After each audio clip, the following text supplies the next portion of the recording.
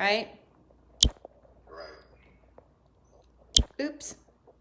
Hey there, Facebook land. Today, this episode and all episodes are brought to you by my two sponsors.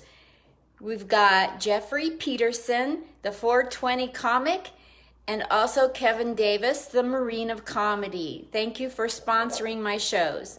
Now to the show. Look who we have here.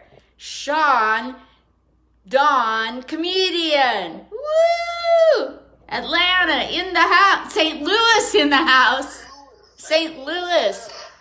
Come on, Linda. It's the arches. The arches.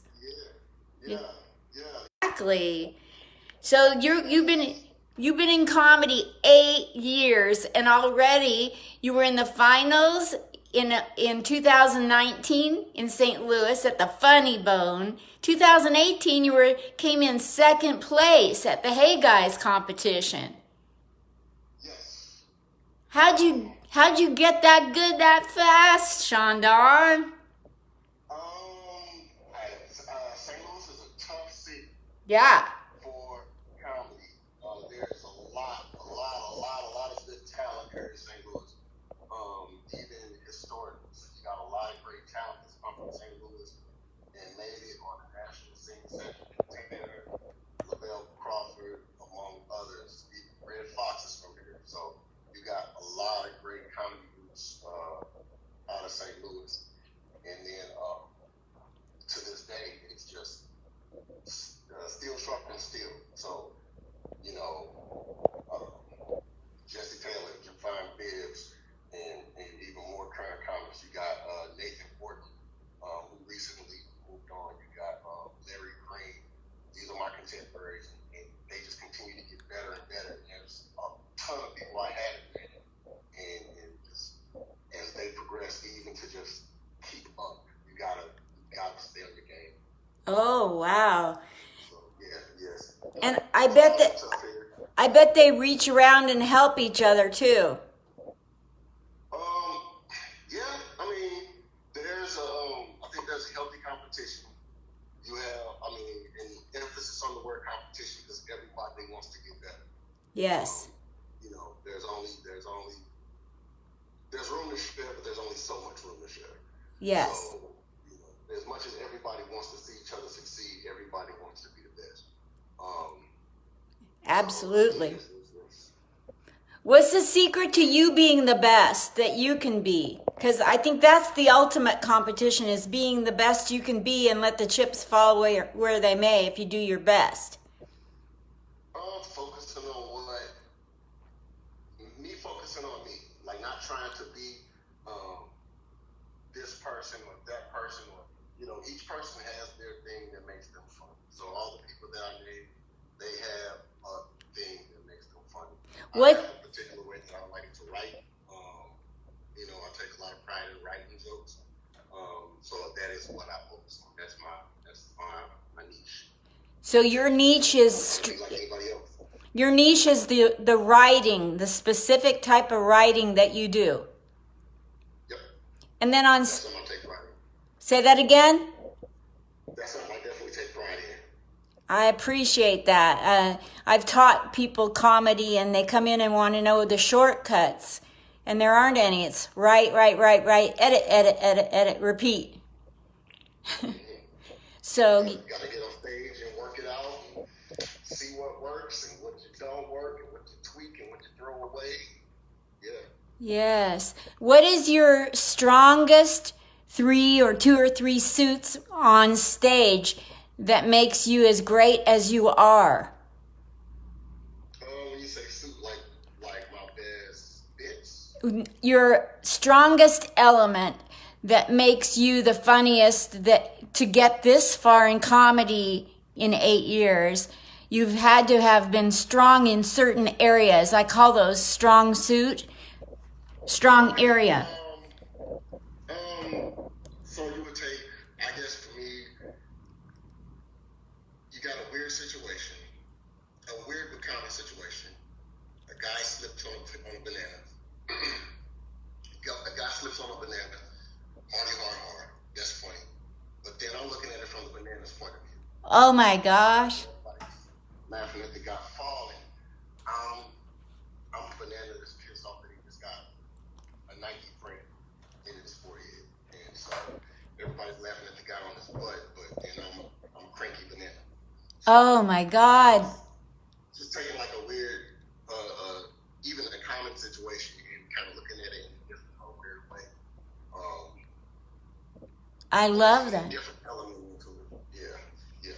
I love that creative mind you have. My goodness sakes, you just taught me a lesson. Thank you. What's the funny? Comes with being a weirdo. How long have you been a weirdo? Your entire life, or did this pop out Day one. day one? Day one. So did teachers get frustrated with you being creative? Sometimes. Yeah? I was always a doodler. Doodler and a jokester. Joan. Well, some people don't call it Joan. Some people call it the dozens. Some people call it signifying. But, when people would choke and snap on each other, just, Yes. Absolutely. You've toured because of your coming in the finals and second place in 2018-19. You've gone on tour with TK Kirkland and Tony Roberts. What do you have to say about getting to have that opportunity? I've done shows with them, and some of the greatest things is just being able to sit back and get tips from them. Yeah. Little things that I didn't even notice, and to get pointers and tips from them about things that I may work on, or a little thing you may tweak, and even more than that, to have somebody who has done it at the highest level take the time out to listen to you, Yes. or even think that you're worth giving feedback to. I mean, that's priceless. You know what I mean? Yes. Both of those guys, they could have easily been like, good job, but to actually sit down and say, hey, when you do this part, spread this word out a little bit more, or emphasize that part. Wow. That's priceless. That is. That is priceless. Why are your arms folded? Are you mad at me? No, I'm just comfortable. when women do that at a comedy show, that means something totally different. It means that they. What's the funniest thing you ever said on stage that you love so much that came out of your mouth? Maybe that you didn't even plan on saying, it just popped out.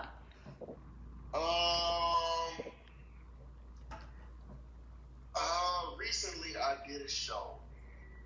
There was an entire section.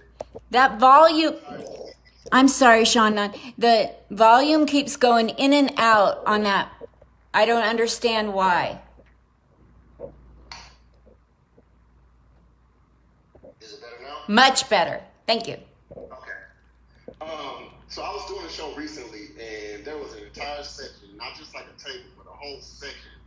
And it's like every young lady in this section was blonde. Not just blonde, they were bleach blonde. And I was doing my set, and they were all pretty ladies and everything, and I wasn't messing with them or anything like that. But I was going into one bit, and I think one of the tags had the word dumb. And I just kind of looked at him and said, the elephant in the room. Something like that. Like some small tag, and it's just like off the cuff, and that like really lit the room up. Oh my gosh, that's fantastic. Those unplanned moments are sometimes the best laugh. I know. I was just wondering, is there a joke that you have in your toolkit that gets a mediocre response, but you're never going to throw it out because it personally resonates with you and you get a kick out of it, even though you haven't necessarily made people fall off their chairs with it, but you're holding on to it? Or is that just something I do?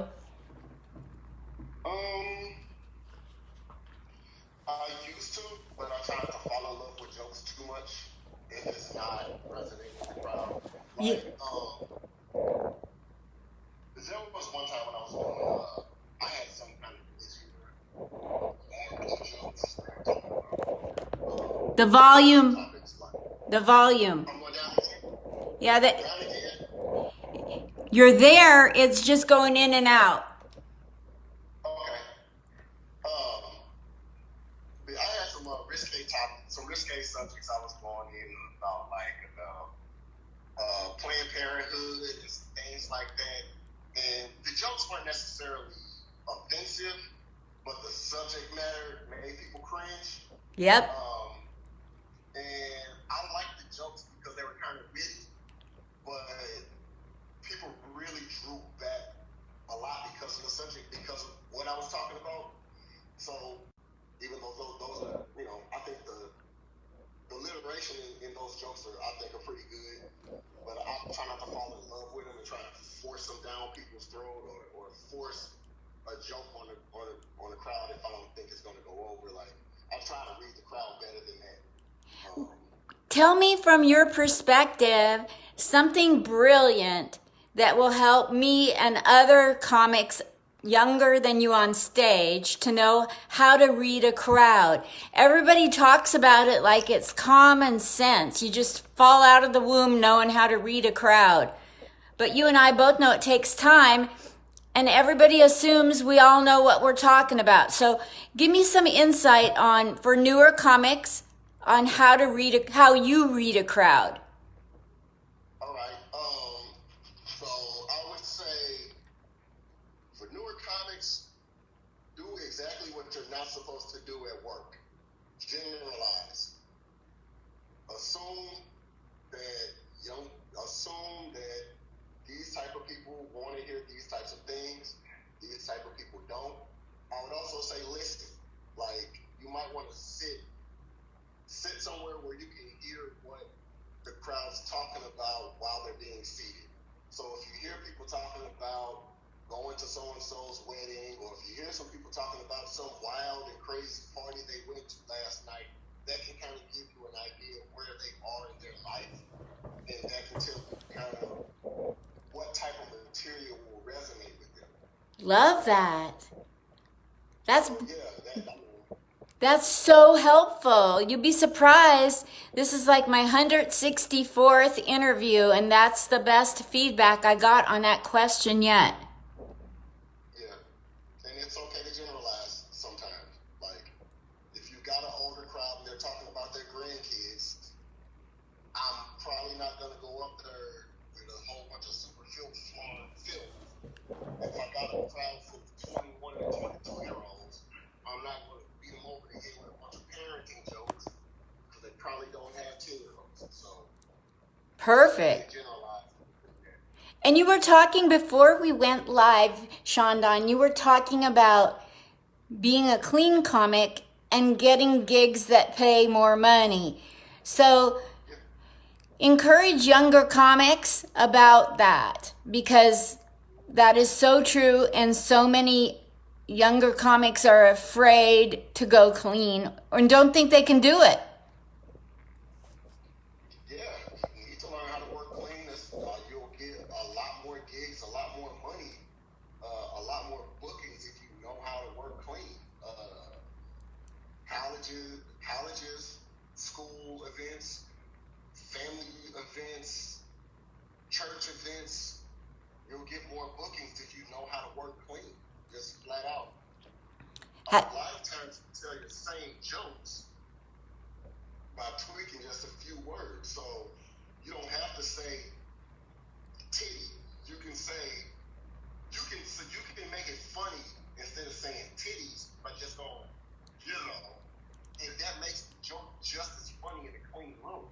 Absolutely. These are still regular people. They're still adults, so they know about sex. They just don't want to hear you say the word. They don't want to hear the body part. You could say a soft version of it, her stuff, and play it off silly. That's wonderful. Thank you for that. That's beautiful. Have you ever done comedy at a nursing home? I've done comedy for older crowds. specifically older crowds, but not at a nursing home. I haven't had that pleasure yet. What kind of jokes would you tell if you were doing comedy to a AARP convention? I would probably, since my beard is gray and I'm still in my 30s, in my late 30s, I would probably riff on that a little bit. I definitely talk about that. I do some generational stuff, probably talk about the difference between then and now, how much times have changed. That I would probably go over. Some of my life experiences, such as being married, being divorced, but I lean a lot more into being married, because that's probably a shared experience. I'd probably talk about my kids. A lot of those are shared experiences that they were going through. What would you do? You mentioned that you can do all kinds of rooms and you're not limited to any certain group. Let's say you had a group of people that were all in their early 20s and they came in talking about where they just went out to eat and where they're going to go eat next and looking at their cell phones. What would you go up on stage and do? Maybe talk about how much cell phones have dominated our lives. I mean, that's something that immediately comes to mind. But that's something you can talk about at the nursing home, and you can talk about with the millennials, right? Yes. You may be able to talk about awkward dates. You can talk about maybe some wild partying jokes. I don't use any drugs or anything like that. So I could talk about how awkward it is not being a drug user, because everybody's going to relate to that, no matter which side of the fence they're on. Yeah.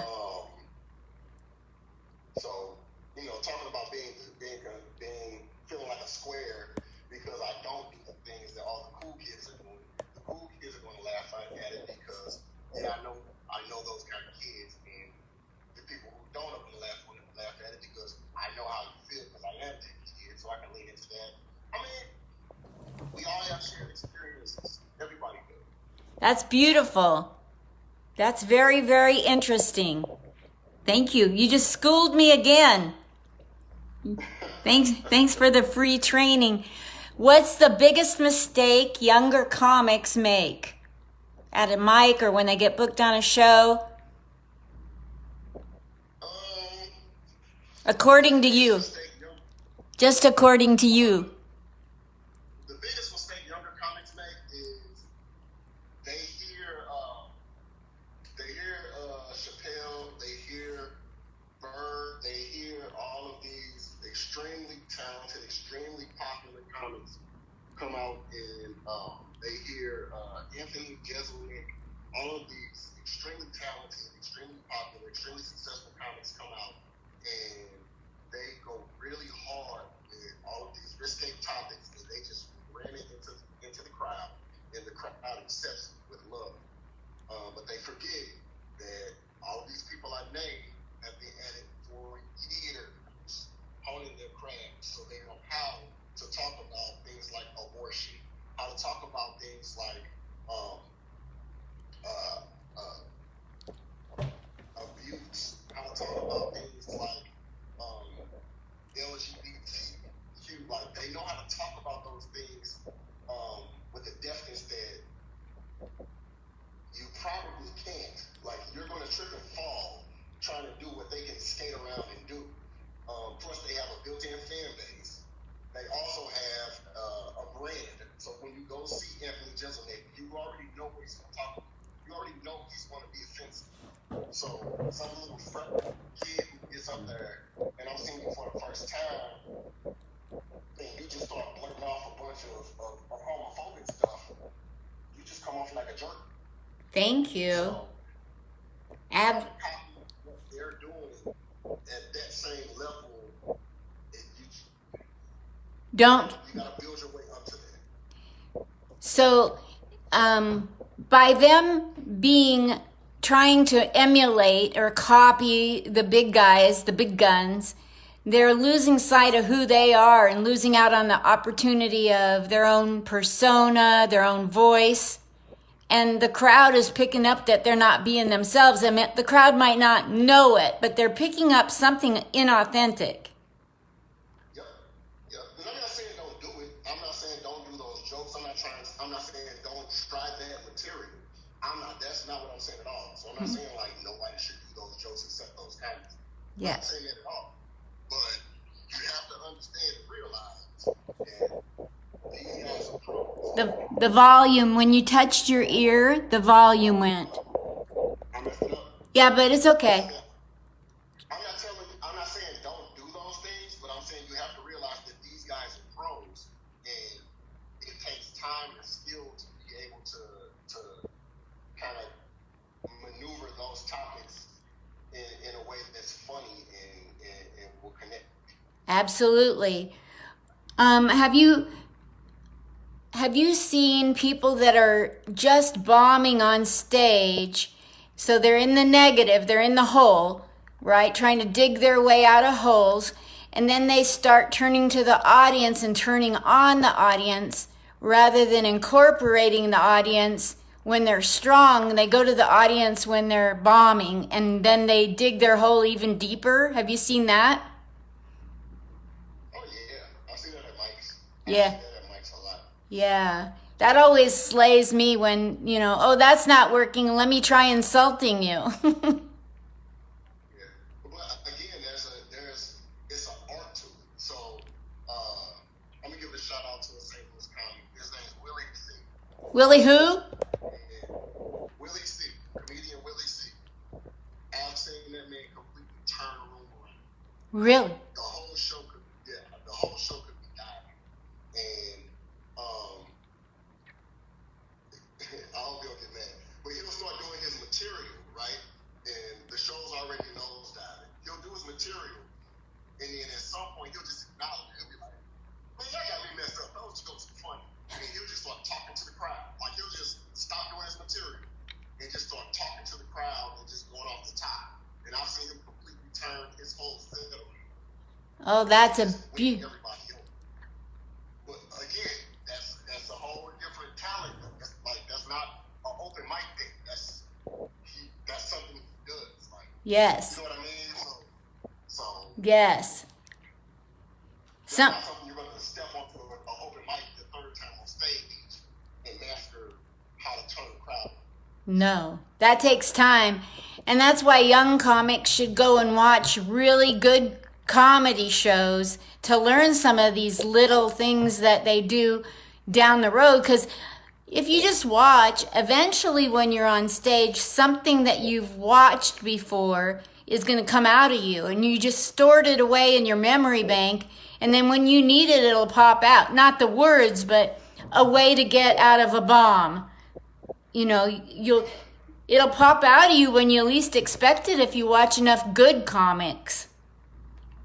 Yeah. So Don't get afraid to bomb. I mean, you gotta bomb. Everybody bombs. Everybody bombs. Everybody. What's the funniest thing you ever saw happen when you were out at comedy?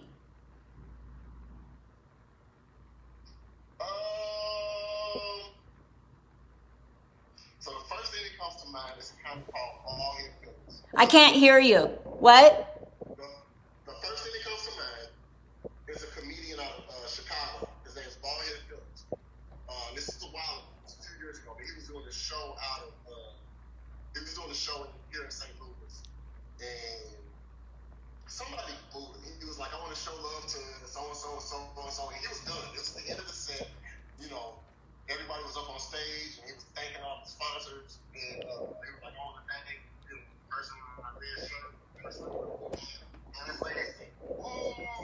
He said, ooh. He said, bitch, who you? Who your shoes? Who your daddy? Who your uncle? Who your job? And he just like, for like another 10 minutes. Everything about this woman kept going. Who your kids? Who they grades? Hilarious. Oh, Hilarious. oh my gosh. That's so. It may not even have been directed at him. It may have been at the person he was acknowledging at that time, but she drew another 10, 15 minutes of comedy out of it. It was hilarious. Oh my goodness sakes, that's funny. Well, Yeah. the pandemic shut everything down, and so at your level of comedy, it probably hit you in the pocketbook. So are you letting people know your Cash App, PayPal, Venmo, or not? I actually haven't. I've been doing stuff just to kind of stay. I'm messing up. Can you hear me? Mic check 1 2. Can you hear me? I actually haven't been doing that. Some comics have been doing virtual shows. I've been doing little videos and lives and things like that just to stay connected and kind of at least scratch some of the itch of not being able to perform and things like that. It's just kind of been on hold. It's been a holding pattern for me. Got it. So when you go to when they lift the veil and we get to go out of our rooms and go outside, where's the first place you want to go to do comedy? First place I'm going, there's a few open mics. There's a backdoor open mic here in Fallon, Missouri. I believe that's on Thursday nights. There is open mic at the Funny Ball, and then there's an open mic at Helium. There's a number of open mics here in St. Louis. You got the Crow's Nest, you got Trainwreck. There's a number of open mics here, and then a couple of new ones that are opening pretty soon here. So I'll be hitting every open mic that I can because I'm sure I'll be blessed. I'll be good blessed. Well, that's because that shows what a winner you are. You have a winner's mentality that at your level that you just can't wait to go out to a mic because you know you're going to be rusty. Yeah. I appreciate the humility. If I'm being completely honest, just full transparency, I haven't over the entire time since I've started. It's been some stops and starts. I haven't committed fully like I should. And that's what was my goal for 2020, at the end of 2019 into 2020. And so just at the beginning of 2020, I was just going like full like a monster, every week, open mic every weekend, trying to perform somewhere and get booked, and just trying to book out every possible date that I could. And it just really derailed me, the pandemic hit. It's really important everybody's safe. That's the most important thing, but it really derailed a lot of my bills for me because I was pretty well booked out to June. And Well, if you wanna message me your Cash App or Venmo, and I can put it on the post and ask people if they'll donate. If not, I totally understand because sometimes people are proud and they want to earn their own money, not get donations. So there's two different ways to handle that. Okay. Do you perfect. Message me your Cash App and Venmo, please. will do. I don't even know it off the top of my head because I always think on cash up. What do you want to tell people how to cope with this pandemic? Because we as comedians, we are essential. And I'm so sorry they've closed down comedy for you and everybody that's a comic. But there's people on here that aren't comics, and comics are trying to struggle with how to be light about something that's heavy. That's total comedy material. So what do you have to say about that? First and foremost, the main thing about the pandemic, stay your country ass at home. Stay at home. That shit going on out there. Everybody out there. Ain't nothing that important to get to. I don't get my business. Can't hear you. I said I don't usually give my personal business like this, Mm-hmm. but I ain't had no internet in so long. You hear me? I haven't had sex in so long.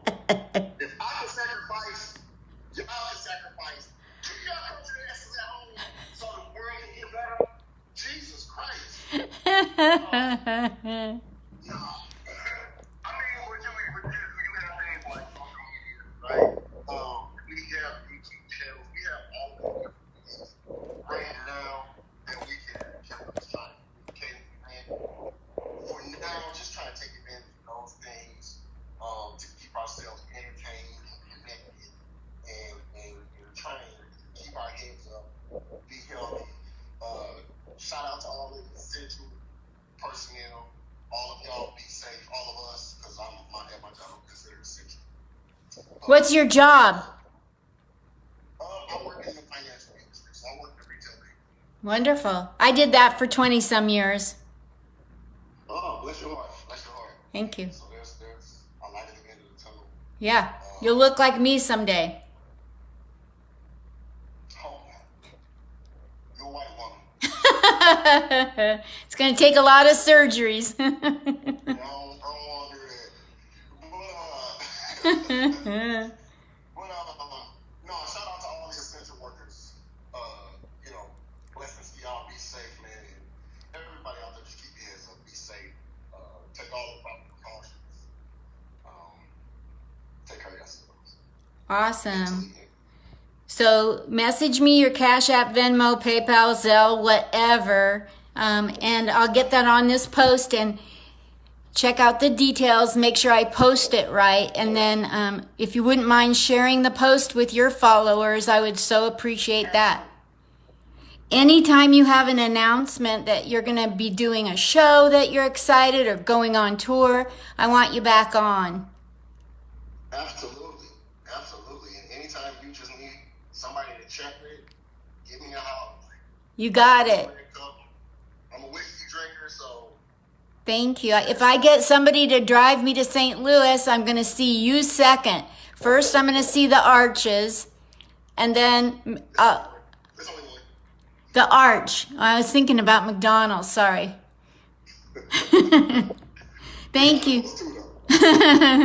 Thank you so much, Don Shon. Have a nice day. All right. Thank you so much. Thanks for having me on. Did I get your name backwards, for God's sakes? You did. It's all good. Shon Don. Shine down. Jeez Louise. I must be getting old. Thank you, Shon Don, comedian. Love you. Love you. Have a good one. You too. Bye. Shon Don.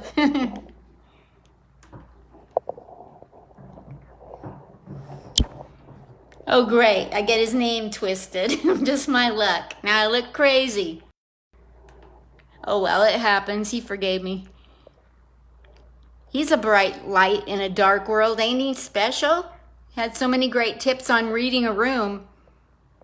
I've asked 30 comics what they do to read a room, and I get generic answers like, well, you just look around. I'm like, yeah, and nothing. He had skills to teach how to read a room. That was really cool. Thanks, you guys. Bye.